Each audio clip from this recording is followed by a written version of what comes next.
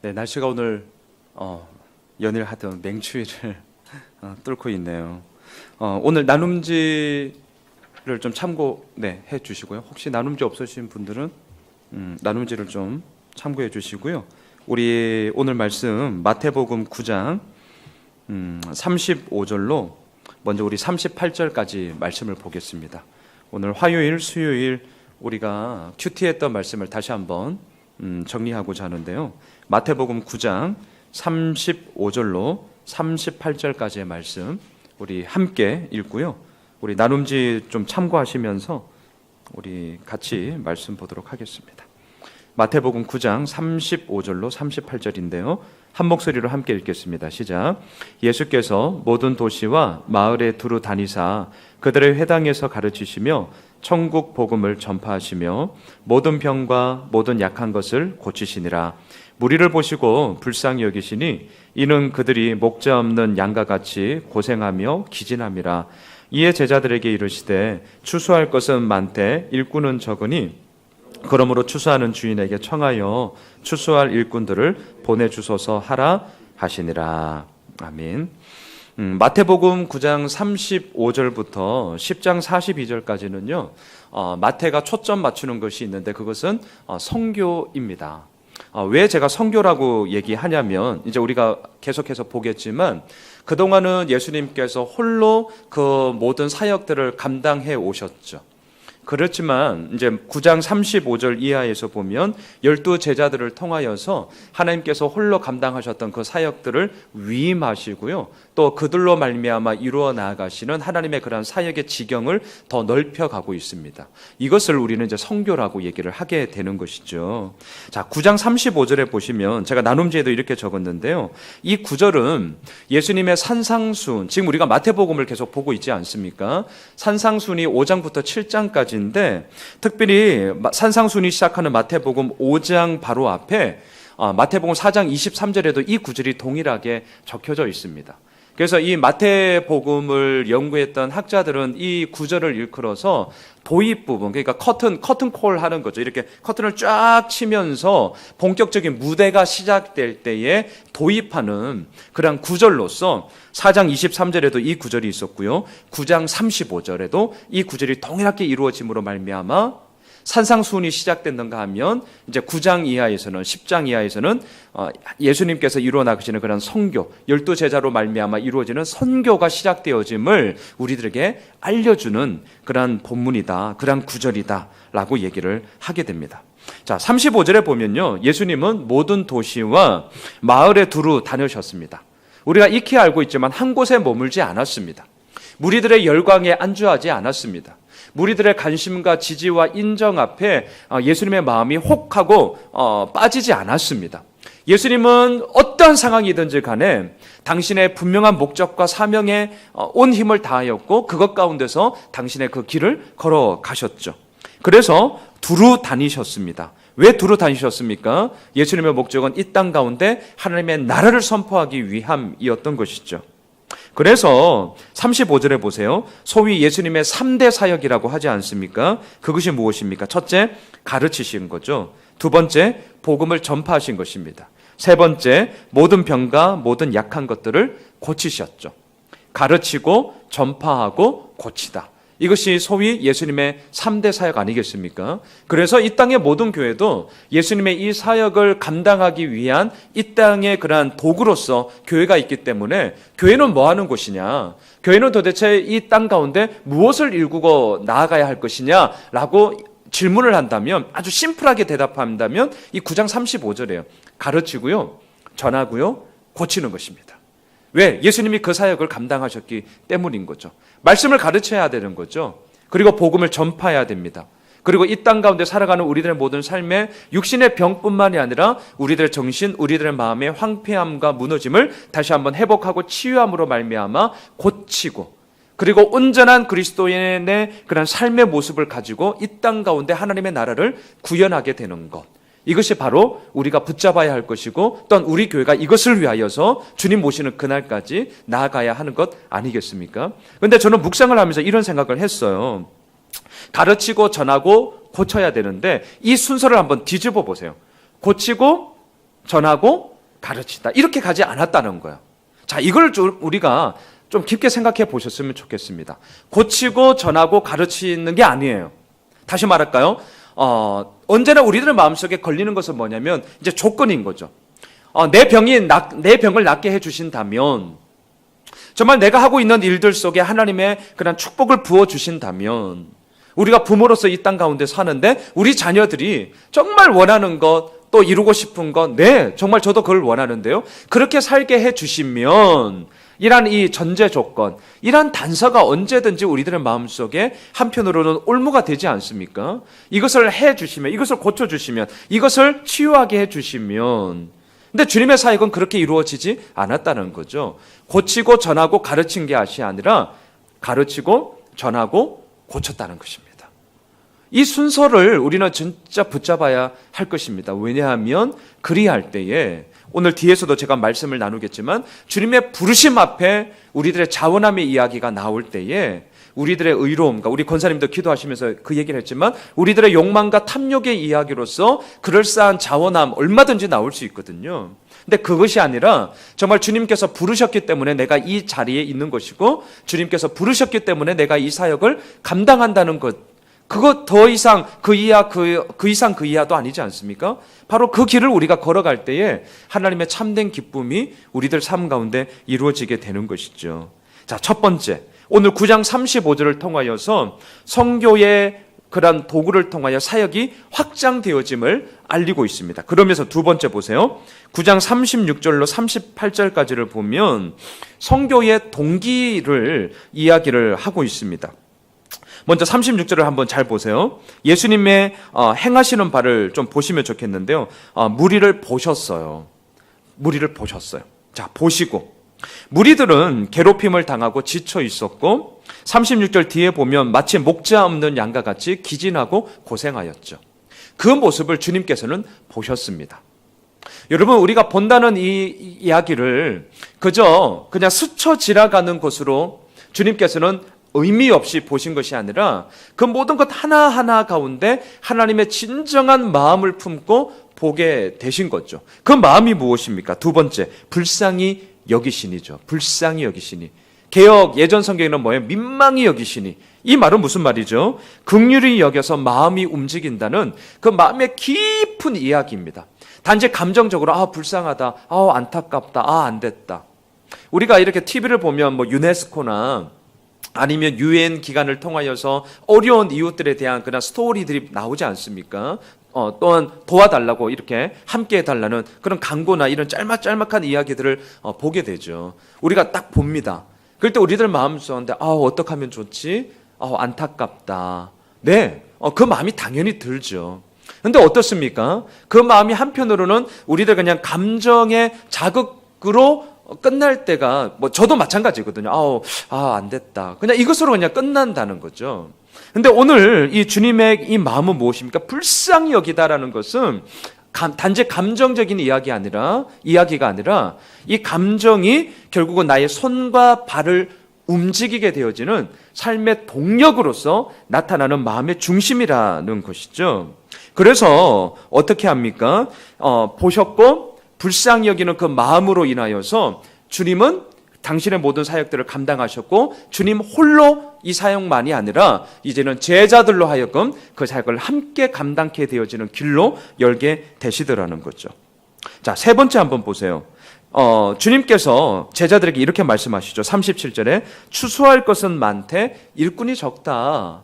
지금 이 땅 가운데 당면되어져 있는 문제를 지금 말씀을 하셨죠. 추수할 것은 많되 일꾼이 적다. 자, 이 문제에 대해서 어떻게 해결을 합니까? 38절을 우리 다시 한번 읽어볼까요? 38절입니다. 시작. 그러므로 추수하는 주인에게 청하여 추수할 일꾼들을 보내주소서 하라 하시니라. 자, 문제의 해결은 어디에 있냐면 추수하는 주인에게 청하여, 이 부분입니다. 우리가 늘 인식하는 거지만 우리 삶의 주인은 내가 아닙니다. 추수하는 주인이 계십니다. 물론 하나님이시죠. 그런데 이 주인됨의 자리 가운데 얼마나 우리가 나의 이름을 드러내고 싶고, 그래서 오늘도 바벨탑을 쌓는 것이고, 또한 내 눈으로 보암직하고 먹음직하고 탐스러운 것을 내가 가지고자 하는 거죠. 왜요? 하나님과 같이 되고자 함이 우리들 마음속에 얼마든지 꿈틀꿈틀 되고 있기 때문이 아닙니까? 그래서 아담과 하와가 선악과를 따먹은 것 아닙니까? 바로 그러한 마음들이 우리를 이끌어감으로 말미암아 마치 추수하는 주인이 있음에도 불구하고 이 주인을 도외시해버리고 결국 내 삶의 주인은 나다라는 식으로 문제의 해결자로서 계속 나아가고자 한다면 지금 당면에 있는 문제, 추수할 것은 많되 일꾼은 적다라는 이 문제에 있어서도 내가 모든 것을 다 해결해 보려고 아둥바둥 하게 되는 것이죠. 우리가 지난주 복음학교 때 나누었던 이야기가 그 얘기잖아요. 고아로 있을 때에 여러 가지 많은 현상들이 나타나지만 두드러지는 현상이 뭐냐면 내가 이 문제를 해결해야만 한다. 내가 해결하지 않으면 안 된다. 모든 것이 내 손 안에서 컨트롤되어야만 한다는 생각 때문에 다른 사람들에게 맡기지도 못하고 믿지도 못하고 그냥 나 안에서 끙끙대면서 결국 내가 다 해보려고 하는 아둥바둥이 이루어진다라는 것이죠.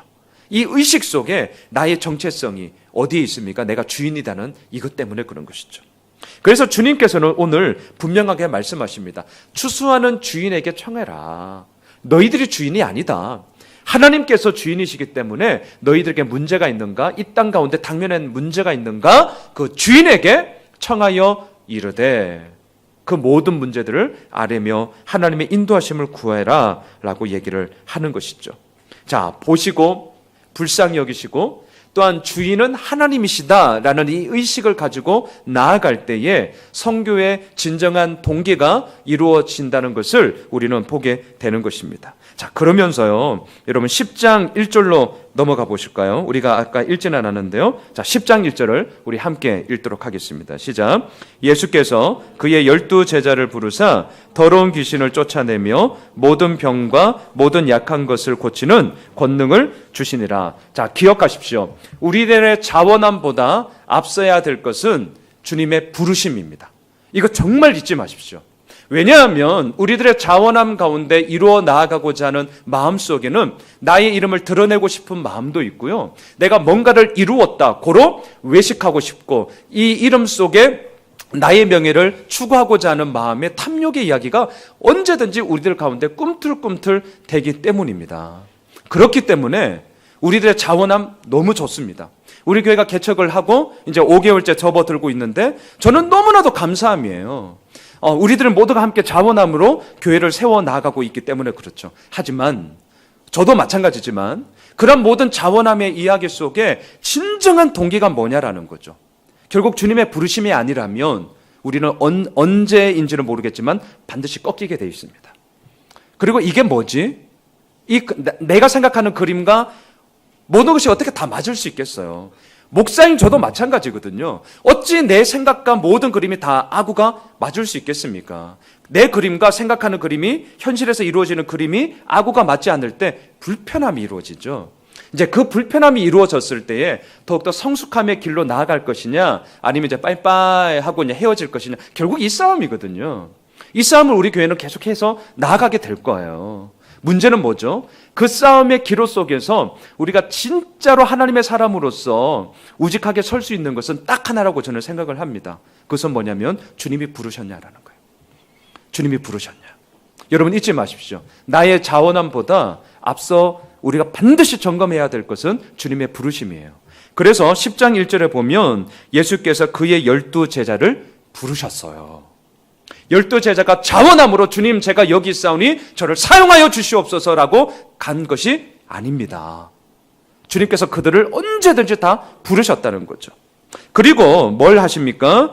예수님께서 그동안 해오셨던 모든 사역의 권능을 이들에게 위임하죠. 그 부르심과 그 위임의 능력을 통하여서 이루어지는 일들이 이제 선교의 현장이라는 것입니다. 제가 오늘 4번을 한번 보시죠. 12제자의 이름이 쫙 10장 2절로 4절까지 면면이 나옵니다. 우리 마태복음 10장 2절로 4절 우리 같이 한번 읽어볼까요? 함께 읽겠습니다. 시작. 12사도의 이름은 이러하니 베드로라 하는 시몬을 비롯하여 그의 형제 안드레와 세베대의 아들 야고보와 그의 형제 요한, 빌립과 바돌로메, 도마와 세리마테, 알페오의 아들 야고보와 다데오, 가나나인 시몬 및 가룟 유다, 곧 예수를 판 자라. 제가 좀 나눔지에 자세하게 좀 적어놨습니다. 이 내용 가운데는 성경에는 기록되어져 있지만 기록되어져 있지 않지만 많은 학자들이 야사는 아니고요. 그래도 어느 정도 정사로 기록되어져 있는 부분들을 제가 다 좀 기록해 나왔습니다. 제가 뭐 이 시간에 다 일일이 말씀을 드리지는 않겠고요. 좀 나눔지를 보시면서 제가 언급하지 않았던 부분들은 좀 나중에라도 한번 찬찬히 보셨으면 좋겠습니다. 여러분, 베드로는 누구입니까?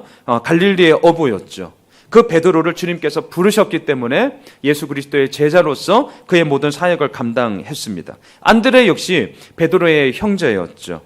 그리고 오병이어 때 어린아이의 도시락을 예수님께 갖다 드림으로 말미암아 예수님께서 이루셨던 놀라운 사역들의 통로로서 안드레가 사용이 되어졌습니다. 야고보는 누구입니까? 특별히 사도행전 12장에 보면 12제자 가운데 최초로 순교했던 제자가 됩니다. 야고보가요. 이 야고보의 순교로 말미암아 이 제자들이 예수님께서 부활 승천하시고 난 이후에 여전히 예루살렘 교회에 모여 있었죠. 물론 많은 사역들을 예루살렘에서 감당을 했습니다. 하지만 주님께서 말씀하심이 무엇이었습니까? 너희는 예루살렘과 온 유대와 사마리아와 땅끝까지 이르러 내 증인이 되라고 말씀하지 않았습니까? 확장되어져 가야 됐거든요. 예루살렘에만 머물 것이 아니라 유대, 사마리아와 땅끝으로 이들을 통하여서 하나님의 나라가 전파되어져야 했습니다. 근데 제자들은 나가지를 않았어요. 그래서 예수님이 하나님께서 이루신 하나의 도구가 뭐냐? 이 야고보의 순교를 통하여서 이 복음이 확장되어지는 거죠. 12제자 가운데 첫 번째 순교자가 나타났는데 그의 이름이 야고보였습니다. 네 번째 요한도 있죠. 야고보의 형제였죠. 아이러니한 것은 이 야고보와 요한이 친형제였는데요. 12제자 가운데 제일 먼저 순교했던 자가 야고보였다면 형제였던 요한은 반면에 제일 오래 살았어요. 그러니까 소위 장수했죠. 그러면서 예수님의 모친이었던 마리아를 섬기기도 했고요. 성경도 5권이나 썼죠. 요한복음, 요한 1, 2, 3서, 요한계시록. 그러니까 여러분 잘 보십시오. 내가 먼저 순교를 하느냐 아니면 다른 제자들이 다 순교하는 모습을 사도 요한이 지켜보면서 한편으로는 미안함이 왜 없었겠어요. 하지만 중요한 것은 뭐죠?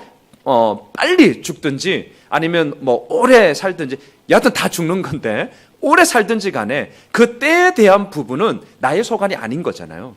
추수하는 주인에게 달려있지 않습니까? 더 중요한 것은 무엇입니까? 빨리 죽느냐 뭐 오래까지 살아서 뭐 늦게 죽느냐 이 기간의 문제가 아니라 중요한 것은 그 때가 어떠하든지 간에 그 때 우리들에게 주어진 이 한날의 시간 속에서 과연 무엇을 이루며 나아가느냐 이것이 너무나도 중요한 것이죠. 사도 요한은요 오랜 시간을 통하여서 성경의 5권이나 그 기록을 하게 되었고 또한 그의 삶을 통하여서 육신의 어머니였던 예수님의 어머니였던 마리아를 섬기면서 그의 제자된 도리를 감당하였던 것이죠. 빌립은 어떻습니까? 안드레, 베드로와 한 동네 베세다 사람이었죠. 그리고 예수님을 만난 후에 와보라 라고 전도를 했던 사람이었습니다. 바돌로메, 성경에서는 나다나일, 하나님의 선물이라는 뜻으로 사용하기도 하죠. 예수님께서 요한복음에 보면 무화과 나무 아래에 있던 이 나다나일을 보시면서 참 이 사람은 뭐죠? 그 속에 간사한 것이 없다라고 말씀하시면서 부르셨던 자이지 않습니까? 도마는 누구입니까? 디두모라는 말로도 쓰는데요. 의심 많은 도마처럼 물었네 이 찬양이죠. 이 복음성가가 워낙 유명하다 보니까 도마 하면 그냥 수식어가 의심 많은으로 붙어요. 근데 한번 잘 생각해 보세요. 도마가 의심할 수밖에 없었고요. 한편으로는 그의 이러한 의심 섞인 질문으로 말미암아 이 성경을 읽으면서 믿음 생활을 하고 있는 우리들에게는 하나의 아주 중요한 거리가 되는 거죠. 그러니까 너무나 중요한 통로로서 도마가 그의 모든 사역들을 감당했고요. 이들 모두는 다 순교했다라는 것을 잊지 마십시오. 마태는 누구입니까? 우리가 지금 계속해서 큐티하고 있는 마태복음의 저자였죠. 또한 세리였습니다. 이 마태는요, 14년 동안 유대인들에 대해서 특별한 사역을 감당하며 나아갔던 자입니다. 그래서 마태복음을 우리가 묵상하고 있는데요, 마태복음의 1차 수신자는 유대인이라는 사실을 꼭 기억하셔야 됩니다. 그래서 마태복음 1장에서도 족보 이야기로 시작하지 않습니까? 14대 우리가 살펴보았지만 의도적으로 이 14개씩 묶음으로 말미암아 예수님께서 다윗의 자손으로 이 땅 가운데 오셨고, 그다음 메시아의 혈통 속에서 이 땅 가운데 유대인들, 더 나아가서는 이제 이방인들을 향한 하나님의 나라의 성립, 또 메시아로서 이 땅 가운데 이루어 나가시는 사역이 얼마나 정통성이 있느냐라는 것을 보여주는 것이 마태복음입니다. 자, 뒷장으로 한번 넘어가 보시죠. 9번째 제자가 야고보였는데요, 동명이인들이 많습니다. 그래서 성경에는 보면 알페오의 아들, 누구의 아들, 아니면 가룟 유다, 이렇게 지명을 붙이기도 하는 것이죠. 자, 이 알페오의 아들 야고보는요, 예수님이 십자가에 돌아가실 때 멀리서 여자들 중에 함께 있었던 자였고요. 더 많은 이렇게 기록은 사실 별로 많지 않은 자입니다. 그의 이 끝을 보니까 어떻게 죽었느냐, 예수님을 전파했던 이유로 서기관과 바리새인들에 의해서 성전 꼭대기에서 아래로 이렇게 내던져졌대요. 그러니까 이런 기록들이 있습니다. 자, 10번째 제자였는데요, 다데오. 이 사람 이름 역시 유다인데요, 요한복음 14장 22절에 이 사람에 대한 유일한 기록이 나옵니다. 제가 좀 나눔지에 적었는데요, 주님 어찌해서 자기를 우리에게는 나타내시고 세상에게는 아니하려 하십니까? 이게 이제 다데오, 이 제자 유일한 말입니다. 11번째 시몬이 나옵니다. 오늘 성경에서도 가나나인 이렇게 말하는데, 이것은 열심당원을 얘기합니다. 그러니까 반로마주의자예요. 반로마주의자. 한편으로는 친유대인, 이렇게 얘기를 할 수 있겠죠. 성경에 개인적인 기록이 아쉽지만 없습니다. 이름만 명명되어져 있습니다. 마지막 가룟 유다, 예수님을 은 30에 팔았죠. 그리고 결국 스스로 자신의 목숨을 끊었던 제자입니다. 자, 이 12제자를 저는 한마디로 이렇게 좀 정리하고 싶습니다. 다른 사람들에게 그리 내세울 것 없는 사람들, 이렇게 좀 정리를 하고 싶습니다. 자, 중요한 것은 무엇입니까? 그리 내세울 것 없는 사람들을 예수님께서 부르셨습니다. 그리고 그 예수님의 부르심으로 말미암아 주님께서 이 땅에 오셔서 행하셨던 모든 사역의 그런 권능들을 이들에게 위임하셨다는 거죠. 자, 그래서 10장 5절로 6절을 한번 보시죠. 이들을 통하여서 이제 주님께서 이루어 나가실 일들을 이렇게 얘기하는데요. 자, 마태복음 10장 5절과 6절 함께 읽겠습니다. 시작. 예수께서 이 12를 내보내시며 명하여 이르시되 이방인의 길로도 가지 말고 사마리아인의 고을에도 들어가지 말고 오히려 이스라엘 집에 잃어버린 양에게로 가라. 제가 오늘 이 말씀을 좀 계속 묵상을 하면서 오늘 아침에 제가 우리 큐티 나눔방에도 좀 올렸지만, 예수께서 이 12를 내보내시며, 이 부분에서 진짜 좀 많은 생각을 하게 되었어요. 이 12 한번 잘 보세요. 이 12은 누구입니까? 앞서 제가 말한 것처럼 그리 내세울 것이 없는 사람입니다. 이 12은 누구입니까? 가진 것이 없는 자예요. 이 12은 누구입니까? 다른 세상의 기준으로 보면 뭐야, 이렇게 평가받는 자들이에요. 자, 이 12를 주님께서 내보내셨다는 거죠. 우리가 자녀들을 키우지만 다 장성하여서 뭐 출가를 하든 아니면 학교 문제로 인하여서 이제 뭐 집을 떠나든 간에 자, 내보내다라는 마음속에는 부모로서 기대가 있습니다. 분명히 기대가 있어요. 하지만 한편으로는 잘해야 되는데 라는 염려가 있죠. 염려가. 저희 부모님이 지금도 염려를 하거든요. 자, 교회를 개척했어요. 얼마나 걱정이 되겠어요. 아들 잘해야 될 텐데. 부모 마음이죠, 부모 마음. 자, 저도 아들이 셋이 있어요. 우리 아이들이 이제 이사를 하고 이제 이 지역에 있는 학교로 이제 전학하고 이제 해야 되거든요. 걱정이 되는 거죠. 잘 적응해야 될 텐데 어떻게 하면 좋나. 기대감과 이 염려가 함께 뒤섞인 단어가 뭐예요? 내보내시며라는 거죠. 내보내시며. 이거 익히 이 자리에 있는 우리 모두가 이 내보내다라는 마음, 이 말 속에 그 섞여 있는 기대와 염려, 사랑과 걱정이 함께 섞여 있다는 말이라는 것을 우리는 익히 알게 됩니다. 자, 주님께서 이 12를 내보내셨어요. 이 열두를, 중요한 것은 뭐예요? 염려된다고, 걱정이 된다고 내 품에 품고 있으면 안 됩니다. 안 돼요. 이 생각이 무엇입니까? 내가 주인이라는 생각이잖아요. 추수하는 주인이 계시다니까요. 그 추수하는 주인이 내 삶 가운데 온전한 길을 이끌어가게 하신다. 우리 자녀들을 하나님께서 책임지시며 그 주인 되심이 그 자녀 가운데도 하나님께서 이루어 가신다라는 절대적인 신뢰와 믿음을 가지고 내보내는 거죠.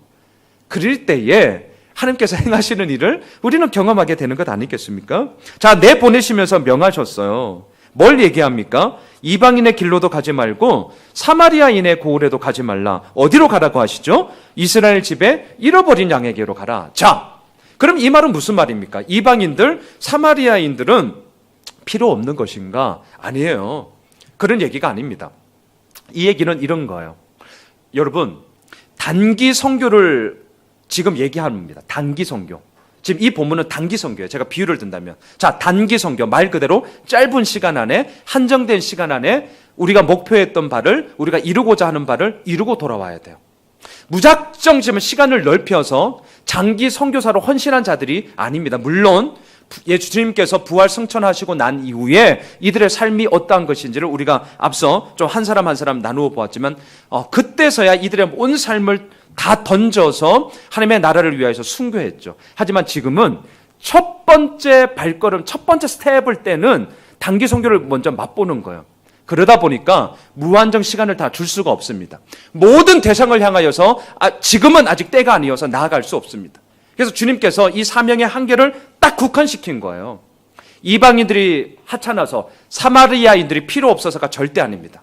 단기 선교였기 때문에 1차적인 이들의 사역의 목적이 어디에 있느냐, 대상이 어디에 있느냐를 명확하게 집중시킨 거죠. 이스라엘의 잃어버린 양에게로 가라는 것입니다. 그리고 나서 여러분 마태복음 10장 7절로 8절을 보시죠. 자, 가서 이들이 전해야 되는 메시지가 뭔지를 주님께서 분명하게 말씀하세요. 7절과 8절 함께 읽겠습니다. 시작. 가면서 전파하여 말하되 천국이 가까이 왔다 하고 병든 자를 고치며 죽은 자를 살리며 나병한 자를 깨끗하게 하며 귀신을 쫓아내되 너희가 거저 받았으니 거저 주라. 이들이 가면서 전해야 됐던 메시지는 분명했습니다. 천국이 가까이 왔다. 하나님의 나라를 전해야 됐습니다. 마태복음에서는 세례 요한을 통하여서 천국이 가까이 왔다. 독사의 자식들아 회개하라 라는 메시지가 선포되어졌죠. 그리고 주님께서 공생애를 시작하면서 첫 번째로 내던진 메시지 역시 하나님의 나라가 다가왔다.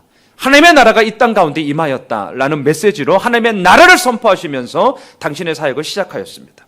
오늘 마태복음 10장 7절도 마찬가지입니다. 이 12제자들을 내보내시면서 첫 번째로 그들에게 전해야 됐던 메시지가 뭐냐?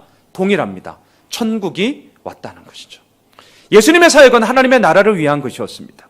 제자들을 부르셨고 제자들을 내보내는 이유 역시 하나님의 나라를 전하기 위하여서 이들에게 당신의 사명을 감당케 하셨고 그들에게 권능과 위임을 허락하셨다는 거죠. 그러면서 주님께서 그동안 하셨던 사역을 이들에게 위임합니다. 병든 자 고치고 죽은 자 살리고 나병한 자 깨끗하게 하고 귀신을 쫓아내는 이런 권세를 주십니다. 왜요? 너희가 거저 받았으니 거저 주라는 이 사실을, 이 은혜의 이야기를 이들의 삶을 통하여서 다시 한번 실제화시키게 되는 것이죠. 여러분, 이 원리가 참 중요합니다. 우리가 어떤 환경이나 어떤 조건으로 말미암아 받은 것이 아니잖아요. 은혜란 무엇입니까? 거저 받음의 이야기 아니겠습니까? 주님께서 이루셨던 그 하나님의 생명의 이야기가 우리들 가운데 거저 이루어졌기 때문에 우리들을 통하여서 거저 흘러가야 되는 것이죠. 성교는 뭐냐? 저는 늘 이야기를 쓰는데 흘려보냄이에요. 우리들의 사명이 무엇입니까? 흘려보냄입니다. 우리 교회를 통해서 해야 될 일이 무엇입니까? 이 땅 가운데 우리가 받은 것들을 흘려보내는 거예요. 근데 이 흘려보내는 이야기 속에 뭐가 자꾸 걸림돌이 되냐면 이 나의 욕심이 제일 먼저 걸림돌이 되는 거죠. 그리고 내가 거저 받았다라는 이 의식이 자꾸 사라지면 흘려보내는 것보다는 뭐가 됩니까? 저수지가 되죠. 저수지가. 더 이상 이렇게 그냥 가두게 되는 것이죠. 사해 바다가 되는 거죠. 그래서 염분만 많아지고 사람이 둥둥 떠다니면서 하지만 마실 물도 아닐 뿐만 아니라 온전한 바다로서의 역할도 감당하지 못하게 되는 더 이상 생명이 살 수 없는 그 저수지가 될 뿐 아니겠습니까? 거저 받았으니 거저 줘야 되는 이 원리를 이 제자들로 하여금 직접 실제화시키게 하시는 이 주님의 그 말씀하심이 이루어지고 있는 것이죠. 우리 마지막 좀 보기를 원하는데요. 마태복음 자, 우리 9절 이하로 좀 가보면 좋겠는데요. 선교를 행하는 자세에 대해서 이렇게 얘기를 하고 있습니다. 여러분 마태복음 10장 우리 9절과 10절 두 절을 같이 한번 읽어보도록 할까요? 마태복음 10장 9절로 10절인데요. 우리 함께 읽겠습니다. 시작. 너희 전대에 금이나 은이나 동을 가지지 말고 여행을 위하여 배낭이나 두벌옷이나 신이나 지팡이를 가지지 말라. 이는 일꾼이 자기의 먹을 것 받는 것이 마땅함이라. 자, 돈이 전혀 필요 없다는 이야기가 아니죠. 내 마음의 중심이 어디에 있는가에 대한 이야기입니다. 특별히 이 마태복음을 적고 있는 마태는 세리였다는 것을 기억하십시오. 그러니까 이 직업이 세리였던, 다시 말하면 세무 공무원이었던 이 마태의 눈에는 특별히 금이나 은이나 동, 한마디로 뭐예요? 돈을 이야기하는 이 단위를 3번이나 반복하는 거예요. 왜요? 세리 마태에게 있어서 이 돈의 문제는 결코 외면할 수도 없었던 것이고, 더군다나 자신이 주님의 부르심 이전에 이 돈에 대한 문제로 인하여서 많은 갈등을 가졌을 거예요. 그리고 이 돈의 문제로 인하여서 다툰 유대인들로 하여금 자신의 모든 명예가 깎였을 것입니다. 왜요? 세리는 더 부당한 세금을 착취함으로 말미암아 친로마주의자들이었고, 그러므로 말미암아 유대인들로 하여금 아주 욕을 먹는 대표적인 직업이었기 때문입니다. 그래서 이 마태에게 있어서, 이 세리였던 마태에게 있어서 금, 은, 동의 문제는 결코 예수님의 제자됨에 있어서도 도외시할 수 없는, 그리고 제일 먼저 선교를 행하는 자세에 있어서 그러한 돈의 이야기로 먼저 시작을 하고 있는 이 마태의 마음이 우리에게 보여지게 되는 것이죠. 기억하십시오. 돈이 필요 없다라는 것이 아닙니다. 우리 교회도 마찬가지입니다. 어떤 사역을 감당할 때는 재정에 대한 부분이 반드시 들어갈 수밖에 없습니다. 중요한 것은 무엇이죠? 돈이 우리를 이끌어가는 것이 아니라 추수하는 주인이 우리를 이끌어간다는 생각이 우리들의 중심이 되어야 합니다. 제가 그래서 접대도 좀 말씀을 드렸지만 저희 교회는 예산을 잡지 않습니다. 진짜 제 마음속에는 뭐냐면 우리가 게을러서가 아니라 어떤 예산에 얽매이고 싶지 않습니다. 예산이 얼마이기 때문에 우리들 사역이 이렇게 조정해야 된다는 그 생각 자체를 저는 깨고 싶습니다. 많은 사역들이 중복이 된다. 그럼 같이 우리가 토의해서 이 사역에 올인할 때도 있는 것이죠. 진짜 제 마음이 그렇거든요. 그래서 우리 예산 없이 우리 운영위원들과 함께 말씀을 드렸지만 우리 예산 없이 한번 가봅시다. 단 결산만큼 우리가 철저하게 합시다. 그래서 지금 저희 교회가 가고 있습니다. 제 마음이 그런 거예요. 여러분, 이 지금 선교를 행하는 자세에 있어서도 그런 것이죠. 그러니까 금과 은과 동으로 말미암아 내가 얽매이고 그 얽매임으로 말미암아 그 생각이 나의 프레임이 되어 버리는 거예요. 그리고 하나님께서 얼마든지 할 수 있음에도 불구하고 내가 이만한 안경으로 이렇게 보니 더 그 프레임의 밖에서 이루어지는 이야기를 우리는 바라볼 수 없게 되는 것 아니겠습니까? 그래서 선교를 행하는 자세를 한마디로 요약한다면 뭐냐? 하나님이 하신다. 이거에 대한 절대적인 믿음과 신뢰가 이미 선교의 시작이다 라고 말씀을 드리고 싶습니다. 제가 나눔제도 적었는데 제가 교회 개척을 준비하면서 많은 이렇게 목사님들을 인터뷰를 하고 또한 여러 가지 많은 이야기를 들었는데요. 그 가운데서 한 분이 함께 이렇게 기도하면서 이렇게 기도했던 것이 저는 아직도 기억납니다. 제가 이렇게 좀 적었잖아요. 주님, 양 목사님이 교회 개척을 준비하고 있는데 하나님께서 이미 개척으로 부르신 바로 그때 새로운 교회는 이미 시작되었음을 믿습니다. 라는 그 얘기. 저는 교회 개척을 준비하기 위해서 인터뷰를 하고 또한 이렇게 준비를 하고 또 뭐 복음교회 개척 세미나 팀 캐널 목사님의 그런 세미나를 통하여서 다시 한번 제 마음에 단두리를 하고 이렇게 나아갔었거든요. 그러니까 제 마음속에는 아직 교회 개척 준비였지 교회가 시작됐다는 생각을 하지 못했어요. 와, 근데 그 목사님과 만남을 통하여서 그리고 그 목사님이 딱 이 기도를 하는데 이미 목사님의 마음속에 새로운 교회를 생각하고 구상하고 그것에 대해서 기도를 하는 그 순간 하나님이 이미 교회가 시작된 줄 믿습니다라는 그게 저의 생각을 완전히 깨는 진짜 이렇게 다시 한번 좀 터닝 포인트가 됐거든요. 그러니까 그때만 해도 내가 뭘 준비해서 저 역시 여전히 그러한 동력으로 움직였던 거죠. 하지만 하나님은 이미 그때부터 시작하셨다라는 것을 기억하게 되었습니다. 여러분, 성교도 마찬가지입니다. 이미 주님께서 금이나 은이나 동이나 가지지 말고 이 10장 9절 이하의 그 자세를 이야기하기 전에 먼저 부르사, 이때부터 하나님의 일은 이미 시작되었다라는 거죠. 우리들도 마찬가지라고 생각을 합니다. 우리를 다 부르셨죠. 그 부르심이 있을 때 이미 우리들 가운데 하나님의 일은 이루어지고 있는 줄 믿습니다. 그것에 대한 절대적인 신뢰와 믿음이 하나님 앞에 기쁨이 되는 것이고 하나님께 영광이 되는 것이고 하나님의 은혜의 그런 모든 이야기 속에 우리 모두가 함께 달려가게 되는 것 아니겠습니까? 자, 그러면서요 10장 11절을 한번 보십시오. 자, 10장 11절에 이렇게 말씀하시는데요, 제가 나눔제는 다 적지를 않았어요. 그래서 여러분 성경이 있으시면 10장 11절을 같이 한번 읽겠습니다. 시작. 어떤 성이나 마을에 들어가든지 그 중에 합당한 자를 찾아내어 너희가 떠나기까지 거기서 머물라. 자, 요 얘기는요 좀 유대인들의 문화를 이해를 하셔야 됩니다. 자, 저를 한번 봐주세요. 강호동 아저씨랑 이경규 아저씨가 나오는 한 끼 줍쇼, 이 프로그램 아시죠? 자, 우리 문화에서는 한 끼를 얻어먹는 거 진짜 어렵습니다. 제가 생각해 봤거든요. 그 프로 가끔 이렇게 보면 만약 우리 집에 초인종이 띵동 울렸으면 이게 힘들 것 같아요. 쑥스럽기도 하고 이게 한 끼 그럼 이제 집 정리 다 해야 되고 뭐 이런 게 있잖아요. 그래서 진짜 어렵다. 이게 어려운 거다. 자, 우리 문화에서는 한 끼 얻어먹는 거, 더군다나 모르는 사람이 그 집에 하루라도 유한다? 안 돼요. 이건 문화적으로 안 돼요. 자, 그런데 이 생각으로 이 구절을 보면 어떻게 해석을 하게 되냐면 보세요. 너희가 떠나기까지 거기서 머물라. 이 말을 우리 문화에서 이 구절을 이해하면 이런 거죠. 이제 그러니까 좀 세상적으로 얘기하면 한 집을 딱 이렇게 이제 들어가게 됐어요. 그러면 이제 주구장창 이제 빈대치고 그렇게 있어라, 이제 이런 식으로 이해를 한다는 거죠. 근데 유대 문화는 거꾸로예요. 요걸 이제 아셔야 돼요. 자, 유대 문화에서는 뭐가 있었냐면 구제와 적선이 하나님께서 주시는 상급의 1차적인 통로다. 다시 말할게요. 구제와 적선을 통하여서 하나님의 주시는 상급이 어마어마하게 우리들 삶 가운데 이루어진다는 생각이 쫙 깔려 있어요. 그래서 기억나십니까? 제가 사도행전 우리 예수오매실 첫 예배, 작년 9월 3일 첫 예배 드렸을 때 내게 있는 것이라는 제목으로 제가 그 본문을 설교를 했어요. 주일 예배 때.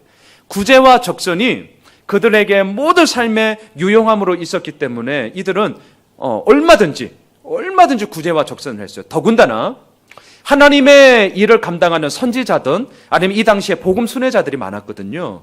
이들을 자신의 집에 초대해서 유하게 하는 것은 더 큰 하나님의 상을 주신다는 문화가 쫙 깔려 있었어요.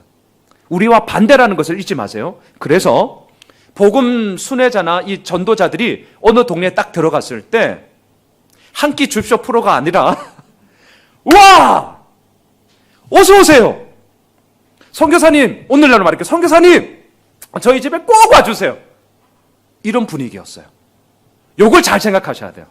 자, 그러면 이 구절은 무슨 구절이냐? 제가 그래서 이렇게 적었죠. 나눔지에. 서로 이렇게 막 모시려고 하니까 이 선교사님들이나 아니면 이 복음 순회 선교자들이 보다 안락하거나 사회적으로 명망이 있거나 그런 사람들이 분명히 있을 거라고요. 내가 오늘 분명히 A 집에, 김 집사님 집에 내가 가기로 했는데 사역을 하다 보니까 이 장로님을 만나게 된 거예요. 그래서 내 장로님 집에 가는 게 더 좀 맛있는 것도 먹고 좀 사역에 있어서 좀 발판이 되겠다는 생각으로 집사님, 실은 여차여차해서 제가 이렇게 가게 되었어요. 그딴 식으로 행하지 말라는 거예요. 요 구절을 이렇게 보셔야 돼요. 지금 우리 문화로 보시면 빈대치는 거, 아싸 봉 잡았으니까 여기 주구장창 있어야지 라는 분위기가 아니라는 거. 서로 와주십시오라고 하는 분위기 속에서 옳다구나, 저 집이 더 좋구나, 그래서 요리 옮겨야지, 조리 옮겨야지, 다시 말할까요? 더 좋은 곳으로 가야지, 그렇게 하지 말라는 거예요. 이 구절이 그 구절입니다. 그러면서 10장 14절로 넘어가 보실까요? 10장 14절. 그럼에도 불구하고 반대 상황이 분명히 있죠. 같이 한번 읽어보겠습니다. 10장 14절입니다. 시작. 누구든지 너희를 영접하지도 아니하고 너희 말을 듣지도 아니하거든 그 집이나 성에서 나가 너희 발의 먼지를 떨어버리라. 발의 먼지를 떨어버리라는 것은 모욕입니다. 더 이상 상관하지 않겠다는 거죠. 당시 문화를 우리는 잘 알고 있습니다. 비포장 도로입니다. 샌들을 신고 있습니다. 그래서 어느 실내 공간이든 어느 집이든 들어가면 제일 먼저 했던 것이 준비된 세숫대에서 손을 씻고 발을 씻고 그 집에 들어가는 거죠. 왜요? 먼지 투성이었기 때문에 그렇습니다. 발에 먼지를 떨어버린다는 것은 내가 이 집과는 다시는 상관하지 않겠다. 나와는 뭐 별 상관없는 사람이다. 아주 모욕적인 표현입니다. 그럼 우리는 생각할 수 있겠죠. 이게 뭐냐? 아니 복음을 왜 전하는 거냐? 선교를 왜 하는 거냐? 아무리 힘들더라도 그 잃어버린 영혼에 대해서 주님의 말씀으로 되세우기 위함 아니냐. 근데 어떻게 먼지를 떨어버리면서 제가 좀 속된 말로 쌩깔 수 있냐. 이렇게 우리가 이제 그 의문을 가질 수 있죠. 자, 그런데 이 본문, 이 마태복음 10장은 어떤 상황이냐. 단기 선교라는 것을 잊지 마십시오. 자, 디모데후서 4장 2절에 보면 이런 구절이 있죠. 너는 말씀을 전파하라. 때를 얻든지 못 얻든지 항상 힘쓰라. 자, 이 말씀은 누구에게 얘기하는 거예요? 물론 우리 모두에게 얘기하는 거죠. 자, 이 말씀이 이루어지는 때는 언제입니까? 주님께서 부활 승천하시고 제자들로 말할까요?